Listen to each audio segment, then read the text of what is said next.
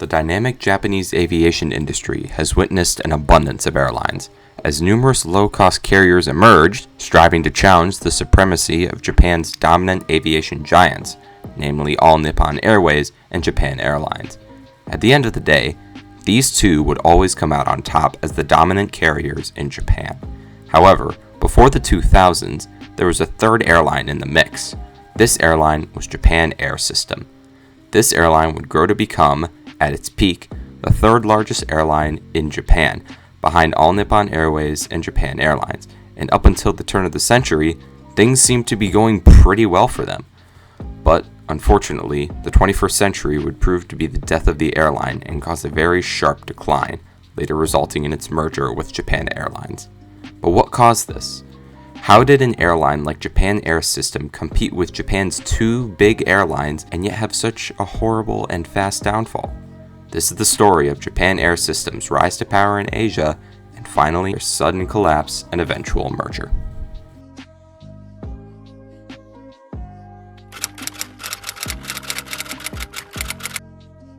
Japan Air System's history traces back to the merger of two airlines in 1971, Toa Airways and Japan Domestic Airlines. Toa was formed in 1953 and Japan Domestic was formed in 1964. The two airlines would last for a few years, but due to rising competition in the domestic industry and Japanese aviation, they both knew they wouldn't be able to sustain themselves, similar to the merger between Continental and United Airlines. So, they decided to formally merge on May 15, 1971, creating Toa Domestic Airlines. However, before officially starting service, a YS-11 turboprop crashed in Hokkaido due to a pilot error, resulting in the deaths of all 68 people on board.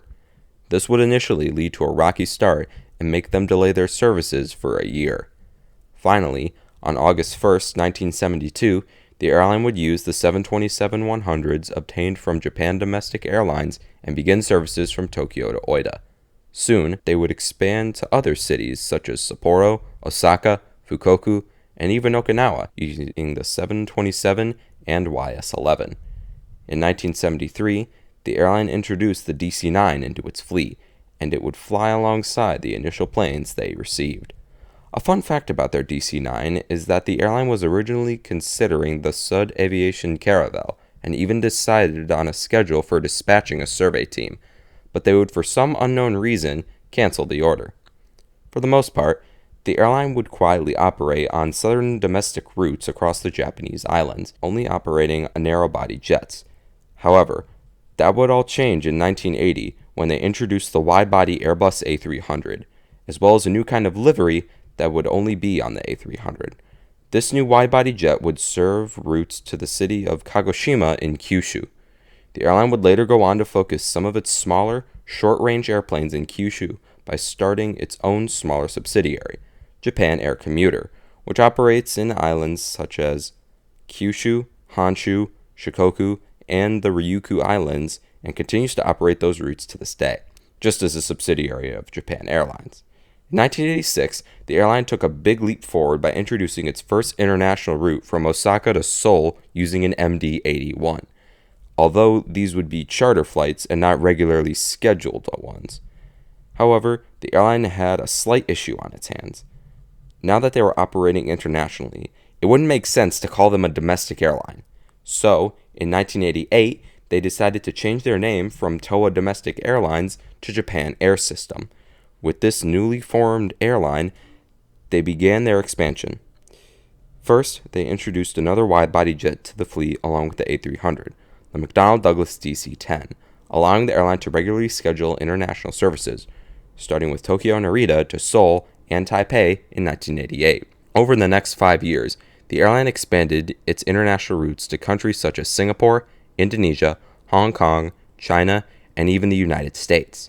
Earlier in the decade, the airline also introduced the new McDonnell Douglas MD-80, which began to replace its aging DC-9s and YS-11s.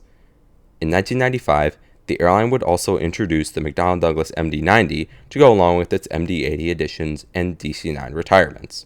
Finally, in 1997, the DC-9 would be phased out of service. In the mid-1990s, the airline would place orders for the new Boeing 777, but they wanted this airplane to be special and not like their other planes. So, they decided to hold a contest in which people would submit ideas for the livery of the plane, and whoever the winner was, their livery would be put on the 777. 10,364 people from 42 countries entered submissions, and the winner would be a 13-year-old Japanese student named Masatomo Watanabe. The airline would premiere this new livery in April 1997 to commemorate its 25th anniversary. These planes would go on to serve many domestic routes for the airline, such as Tokyo to Fukuoka or Sapporo. An interesting fact about Japan Air Systems' wide-bodies is that in 1990, it was decided that they would order the 747-400. They planned on ordering 9 of the type, but a financial crisis in 1993 saw a postponement in the delivery. Eventually, the airline canceled the order due to the abolition of the aviation constitution, and the airline was permitted to operate regular international flights, which coincided with the bubble economy. So imagine if this entered the skies. Some of the less notable things that the airline has also done included putting ads on its livery, which made it one of the first airlines in Japan to do so. Due to this growing success, they decided to start 2 more subsidiaries, Hokkaido Air System and Harlequin Air, which operated small turboprop airplanes and some of the airline's jets, respectively. By 2000, the airline was ranked 2nd in domestic travel in Japan behind All Nippon Airways. While it seemed like everything was going great for the airline and that the 21st century seemed to look brighter than ever, something would happen in 2001 that would shake the airline to its core. Initially, the Asian financial crisis of 1997 affected the airline, but not to the extent that it threatened its existence. But 2001 would prove to be much different from 1997. On September 11th, 4 planes were hijacked and crashed into the World Trade Center, the Pentagon, and a field in Pennsylvania that was presumably headed for the White House or the Capitol. Although this had a global impact on aviation, the plummeting travel demand hit the airline hard. You see, even though the airline had some international routes, it operated mostly domestically, and the demand for domestic travel got worse and worse, spelling disaster for the airline. Suddenly, the airline's existence was questioned, and the executives were not sure if they could keep the business up and running. Luckily, another airline was in the same position as Japan Air System and saw their crisis as an opportunity: Japan Airlines. Japan Airlines was looking to greatly expand its domestic route network, which it had been struggling to do due to the competition from All Nippon Airways. The 2 airlines announced a merger in 2002, and over the next 2 years, all of the assets of the airline, including its orders for the 777-300 and its 3 subsidiaries, would be merged with Japan Airlines. Some of them, like Hokkaido Air System, would go on to be their own private company, but Japan Airlines would be the one controlling them. Japan Air Commuter would also go on to one of Japan Airlines' smaller domestic airlines. Starting in 2002, the 2 companies merged to form a joint holding company. The following year, domestic flights for both airlines were integrated into one or the other.